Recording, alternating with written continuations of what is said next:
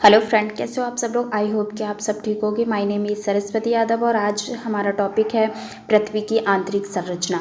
अगर आप किसी भी कॉम्पिटिटिव एग्जाम्स की प्रिपरेशन कर रहे हैं तो आप प्लीज़ चैनल को सब्सक्राइब एंड बेल आइकन को प्रेस कर लीजिए, जिससे कि आने वाली हर नई वीडियो आप तक पहुँच जाए। और अब हम स्टार्ट करते हैं पृथ्वी की आंतरिक संरचना। पृथ्वी की आंतरिक संरचना। पृथ्वी की आंतरिक संरचना की अगर बात करें हम तो आज तक कोई भी ऐसा व्यक्ति नहीं है जो पृथ्वी के अंदर जाकर कोई नमूना लेकर आ जाए। और बता दें कि ना तो अभी तक कोई ऐसी मशीन है जो पृथ्वी के अंदर जाना संभव है। इसीलिए क्योंकि तापमान ज़्यादा होता है, इस कारण से हमें इससे आसानी से आंतरिक भागों को नहीं समझ सकते। तो कुछ ऐसे परिणाम मिलते हैं। प्रत्यक्ष परिणाम,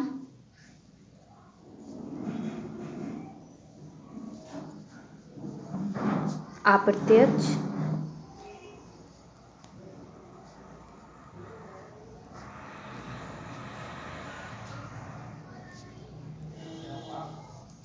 अप्रत्यक्ष परिमाण मिलते हैं, जिसके आधार पर हम पृथ्वी की संरचना को समझ सकते हैं। तो आइए हम शुरू करते हैं कि किस परिणाम के लिए।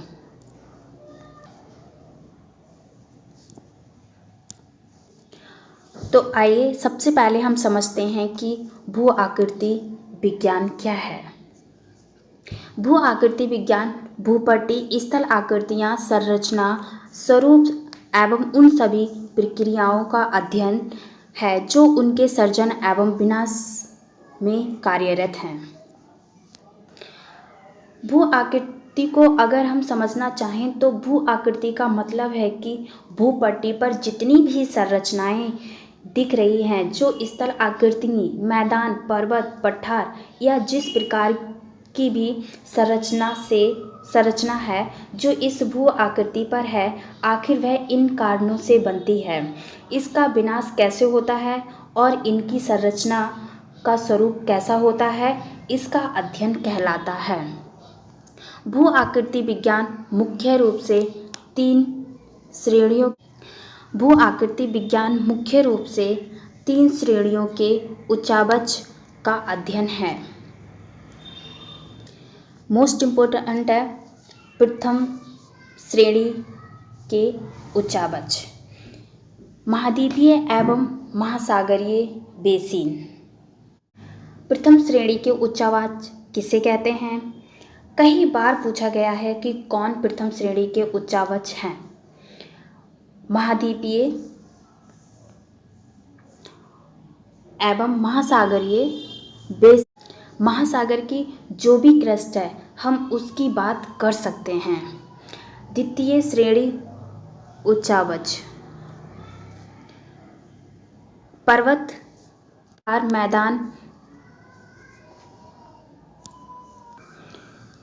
जो अध्ययन किया जाएगा।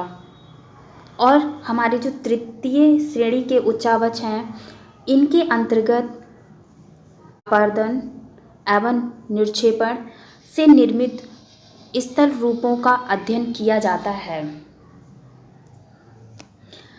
तृतीय श्रेणी के उच्चावच, इसमें हम अध्ययन करते हैं कि जो संरचनाएं आखिरकार अपना रूप बदल रही हैं, वे किन बलों के कारण परिवर्तित हो रही हैं।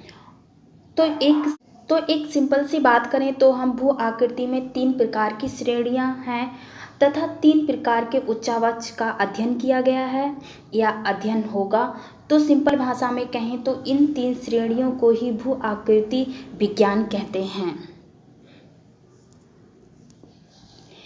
भू आकृति एक ऐसा विज्ञान है जो पृथ्वी के आंतरिक तथा बाहरी दोनों चीज़ों पर आधारित है।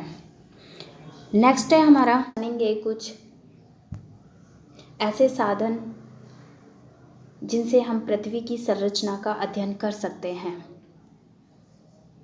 भूगर्भ की जानकारी के साधन।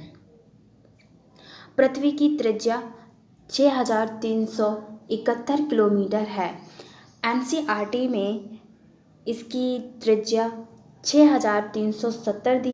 और क्योंकि एक्चुअल में इसकी त्रिज्या समान नहीं है, जो हमारी पृथ्वी है उसकी त्रिज्या समान नहीं है, क्योंकि ये जो यहाँ से ये है इसकी त्रिज्या है 22 किलोमीटर, इसकी त्रिज्या समान नहीं है। इस कारण से लगभग औसत त्रिज्या का मान 6371 किलोमीटर है। पृथ्वी की आंतरिक संरचना या परिस्थितियों के कारण यह संभव नहीं है कि पृथ्वी के केंद्र तक पहुंचकर उसका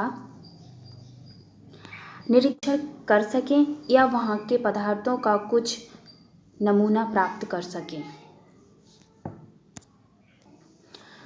पृथ्वी की आंतरिक संरचना के विषय में हमारी अधिकतर जानकारी परोक्ष यानी कि इनडायरेक्ट रूप से अनुमानों पर आधारित है। यद्यपि इस जानकारी का कुछ भाग प्रत्यक्ष और पदार्थों के विश्लेषण पर भी आधारित है। इससे क्वेश्चन बनता है या सवाल बनता है कि कौन से स्रोत पृथ्वी की जानकारी में परोक्ष रूप से प्रयोग किए जाते हैं, कौन से स्रोत पृथ्वी के अध्ययन में प्रत्यक्ष रूप से प्रयोग किए जाते हैं। कल हम पढ़ेंगे प्रत्यक्ष स्रोत क्या क्या होते हैं, कौन कौन से होते हैं। तो आई होप कि ये वीडियो आपको अच्छी लगी होगी। तो मिलते हैं कल की क्लास में, तब तक के लिए bye bye, take care, thank you so much.